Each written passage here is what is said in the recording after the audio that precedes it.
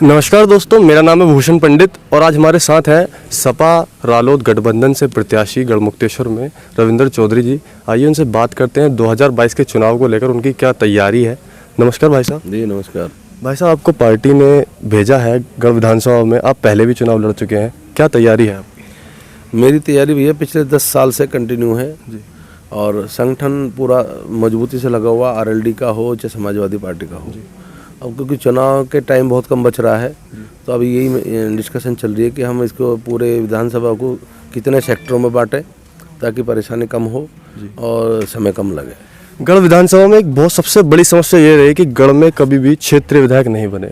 आप क्षेत्र के हैं, जो भी आए यहाँ से चले गए, कोई रुका नहीं गढ़ में, ज़्यादा काम नहीं हुआ, इस वजह से विकास रुका रहा। आप क्या करेंगे गढ़ के लिए?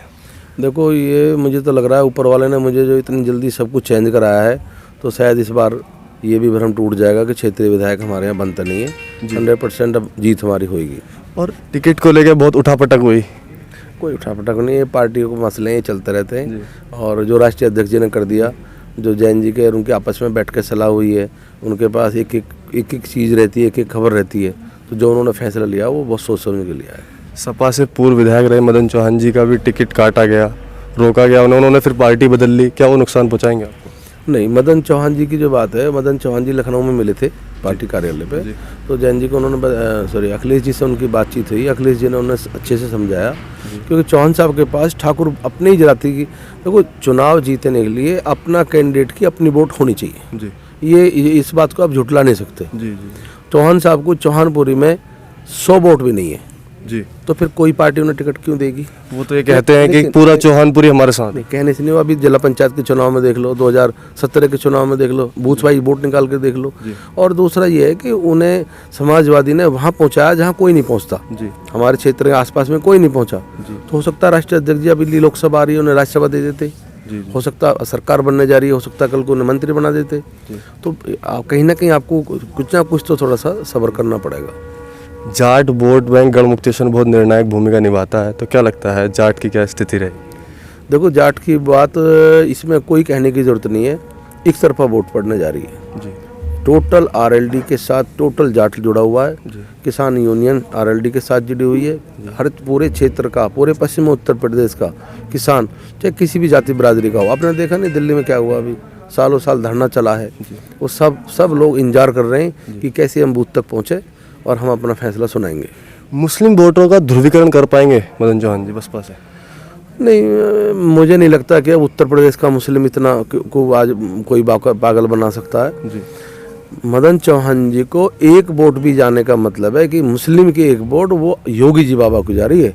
अच्छा। और सबको मालूम है, तो इसलिए आप मुसलमानों को भूल जाओ जी। मुसलमानों को भूल जाओ। मुसलमान एक तरफा समाजवादी के साथ जा रहा है जी। योगी जी कह रहे हैं 350 सीट आ रही है हमारी। वो कुछ नहीं, वो कहने की बात है, ख्वाब तो देखने चाहिए जी। अच्छी बात है, लेकिन सरकार समाजवादी की, गठबंधन की, आरएलडी की बनने जा रही है।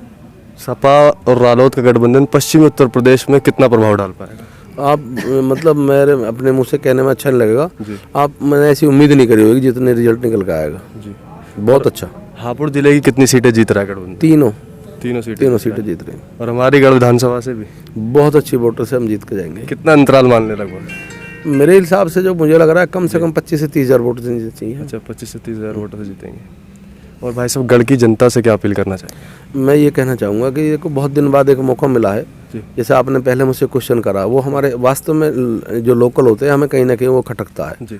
एक तो वो मौका मिला है, दूसरा 2017 में कुछ गलतियाँ हुई थी, उन गलतियों का अब गढ़ की जनता दोबारा नहीं रिपीट करेगी, इसलिए 100% समाजवादी को वोट करेगी और चुनाव जीताएगी। विकास की राह को आगे बढ़ाएंगे गढ़ में? ओहो, ये तो कहने की बात नहीं, बड़ा दुख होता है। नहीं, गढ़मुक्तेश्वर एक तीर्थ नगरी है, उस हिसाब का विकास नहीं हो पाया गढ़ में जितना होना चाहिए था। मैंने यही तो कहा आपसे, बड़ा दुख होता है जब हम कहते हैं कि हमारा जो छोटा हरिद्वार है, छोटा हरिद्वार कहाँ बना है? आप बताओ ना। दुर्भाग्य रहा है। भाजपा वाले जो है जितना प्रचार करते हैं उतना कुछ भी नहीं करते।